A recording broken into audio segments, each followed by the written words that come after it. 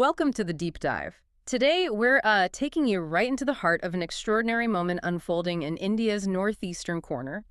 Imagine this. You're standing on a misty hilltop, maybe smelling bamboo, wild orchids, and then you hear it. For the very first time, the rumble of a train echoing through valleys where, well, none has ever been heard before. It's a powerful image, isn't it? That sound really signifies a huge shift. Exactly. It's the sound of a profound transformation. And it all culminates tomorrow, September 13th, 2025. That's right, an inauguration day that's been 78 years in the making. A very long time. So our mission today is to unpack how this brand new railway line, just 51.38 kilometers long, the Bairabi-Sairang link, how it's set to weave Mizoram, this beautiful but historically quite isolated state, into the fabric of the nation. And it's a story of incredible perseverance, human ingenuity against some really tough natural odds. We'll get into the challenges, definitely, the benefits too, which are, well, pretty surprising in some ways, and also touch on some thoughtful questions this raises for the future of a unique culture. It's a multi-layered story, not just steel and tracks. Right. So to really grasp the significance, let's start with Mizoram itself. Can you paint a picture for us? What makes this state so distinctive? Oh, absolutely. Mizoram is, well, it's just stunningly beautiful. Think rolling hills, deep gorges, lush green forests covering almost 90% of the land. 90%. Yeah.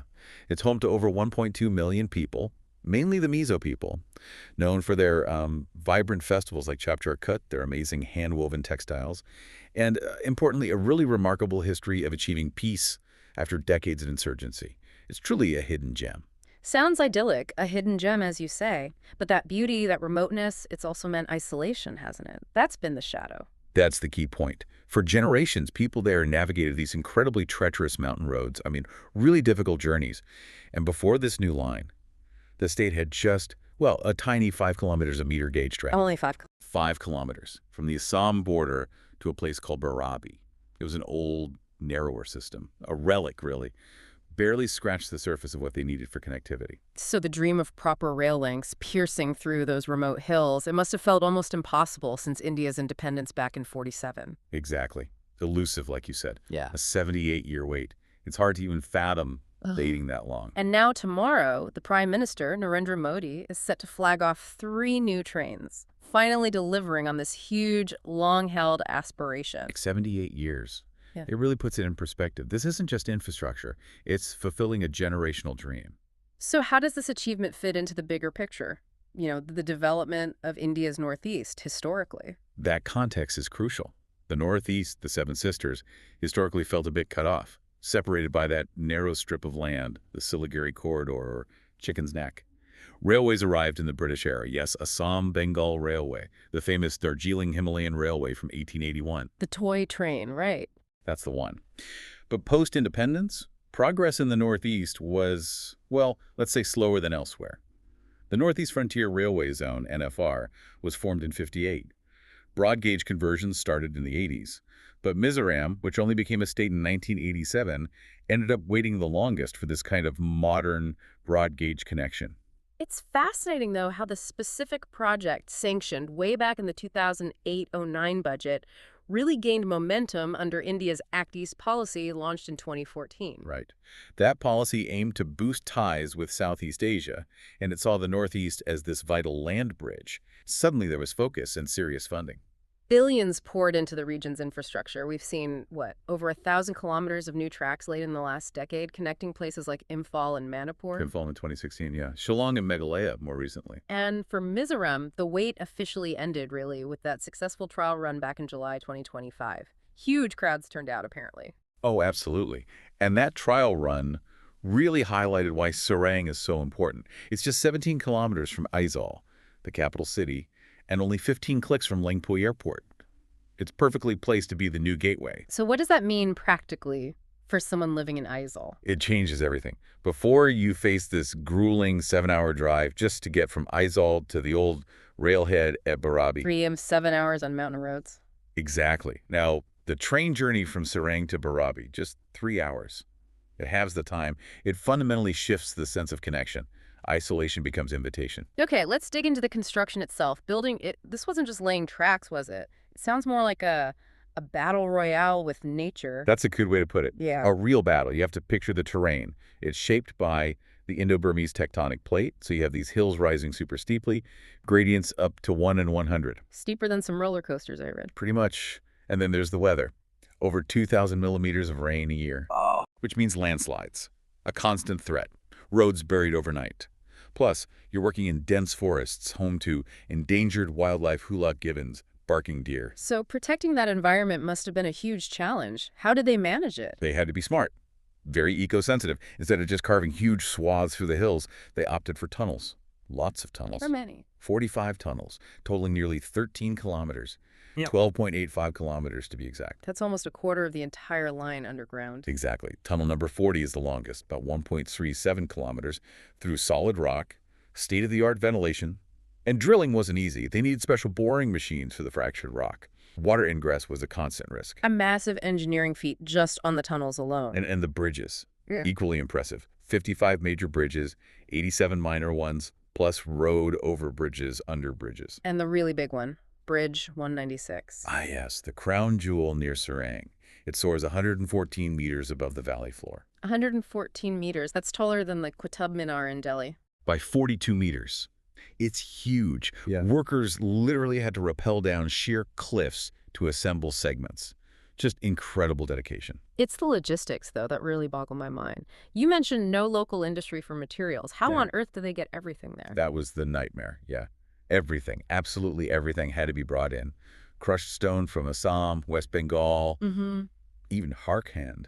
Sand from Assam, steel reinforcement rods from Kolkata, steel girders from Chhattisgarh, West Bengal, Maharashtra. Just imagine the convoys, the coordination. And over 5,000 laborers, many from states far away like Bihar, Uttar Pradesh, living in makeshift camps, dealing with monsoons, isolation. tough conditions. Extremely. Yeah. And get this, the railway had to build over 200 kilometers of access roads first, just to get the supplies and machinery to the actual construction sites. 200 kilometers of access roads before even starting the main line. Exactly. The principal chief engineer, Vinod Kumar, he said something that really stuck with me. Sometimes it took more than a month to complete a day's work. Wow, that really sums up the scale of the struggle. It does.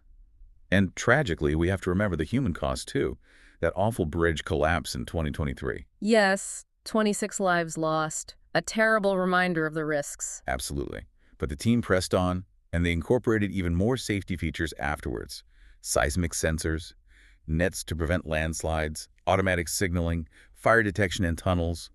It's now one of India's most advanced hill lines. Safety became paramount. Good to hear. So, the engineering is cutting edge, built with immense effort and, sadly, sacrifice. Now let's talk about the payoff. This ripple effect everyone's talking about. Right. What does it all mean for the people? Exactly.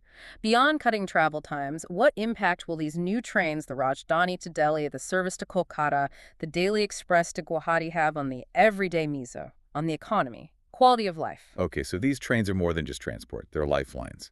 That Rajdhani to Delhi, with those Vista-Dome coaches for the views.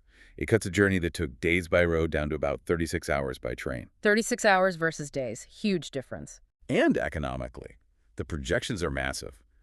Right now, trucking a ton of goods from Guwahati to Aizawl costs around, say, 10,000 rupees. Okay. Rail is expected to slash that by at least 20%, maybe more. So everyday things get cheaper. Rice, fuel, vegetables. Precisely. Yeah. And it provides reliability. They won't be so dependent on National Highway 6, which, as we said, gets blocked by landslides in the monsoon for weeks sometimes. Right, choking supplies. I remember reading a village headman, Sizon and Sangha, called the railway a steady friend because landslides used to double construction material costs. The steady friend, yeah. That's a great description. Economists think the line could add somewhere between 500 to 700 crore rupees annually to Mizoram's state GDP, which is currently around 35,000 crore. That's a significant boost. Huge. And freight traffic.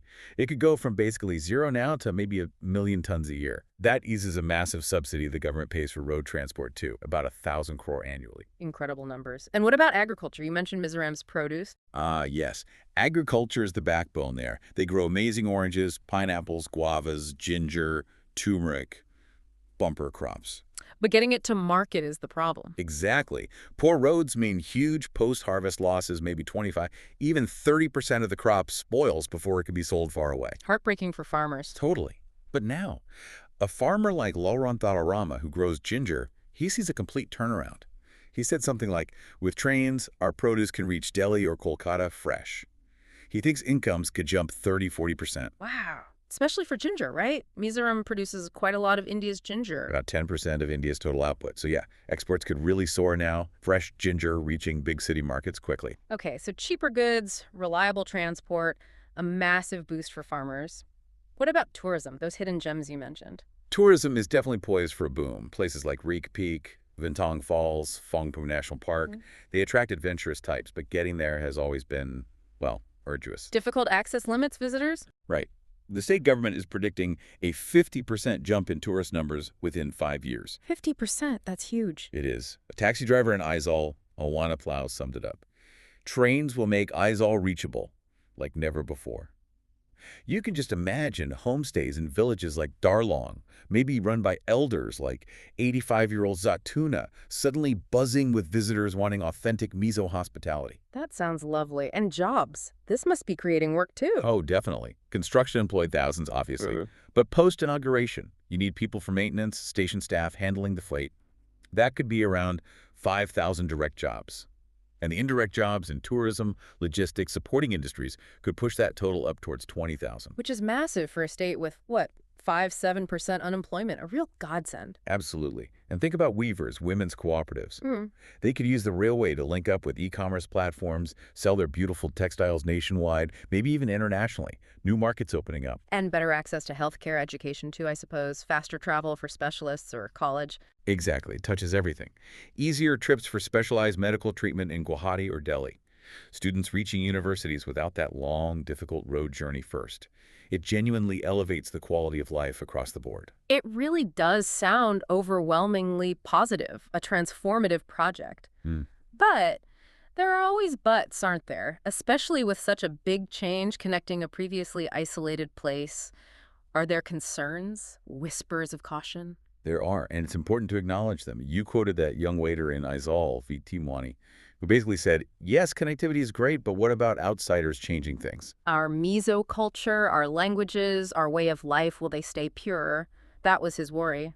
And it's an understandable fear, isn't it? Concerns about demographic shifts, cultural dilution, when a place opens up so rapidly. How are officials addressing that? Is it just being ignored? No, not at all, from what we can see.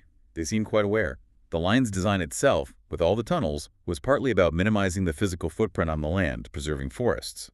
And apparently, there were community consultations to ensure local customs, like jum cultivation, that traditional rotational farming method, weren't disrupted. So, an effort to be sensitive. Yes. The NFR General Manager, Chen Srivatstava, talked about finding a balance, managing passenger flow, freight costs, road dependency, but also monitoring the social impacts very closely. It's about careful integration, not just throwing the doors wide open without thought. A delicate balance, as you said earlier. Okay, so looking ahead now, this Bairabi-Sairang line feels like just the beginning, doesn't it? The starting whistle, perhaps? Precisely. It's the first major step. Plans are already being discussed or are maybe even underway to extend the line those final 15 kilometers right into Aizawl city proper. Bringing the capital directly onto the rail map. Which would be huge. And longer term. There's talk of a much longer stretch, 104 kilometers, down to Sifar, near the southern tip, close to the Myanmar border. And that connects to something bigger, right? The Caladan project. Exactly. That would integrate Mizoram into the Caladan multimodal transport project. That's a really ambitious plan involving waterways and rail linking Kolkata through Myanmar Sitwe port.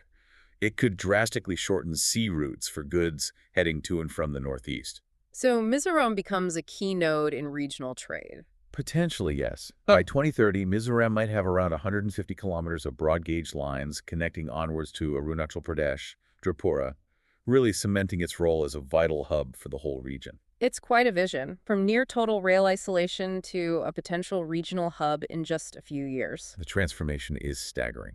So we've journeyed through this incredible story today. More than just tracks on a map. This railway is about forging connections, overcoming these immense natural and logistical hurdles. Absolutely, and unlocking this future of, well, unprecedented growth and opportunity for the people of Mizoram. You can almost hear it, can't you? The chug of the engine drowning out those old sighs of isolation, replaced by the hum of opportunity.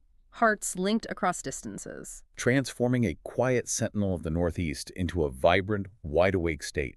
Engines firing, ready to race ahead. It shows how infrastructure, when thoughtfully, can really empower a region. Indeed. A foundation for self-reliance, for a flourishing identity alongside progress. So, as those first trains roll into Serang tomorrow, carrying hopes, goods, and undoubtedly a brighter future, here's something to think about. When we finally connect a long, isolated community to the wider world, what else do we gain? And perhaps more subtly, what might shift or change? And maybe the most important question: how do we ensure that the unique essence, the culture of that community, is not just preserved, but actually celebrated through such monumental progress? That's the crucial question to ponder, isn't it? How to balance connection and conservation. Something for all of us to reflect on.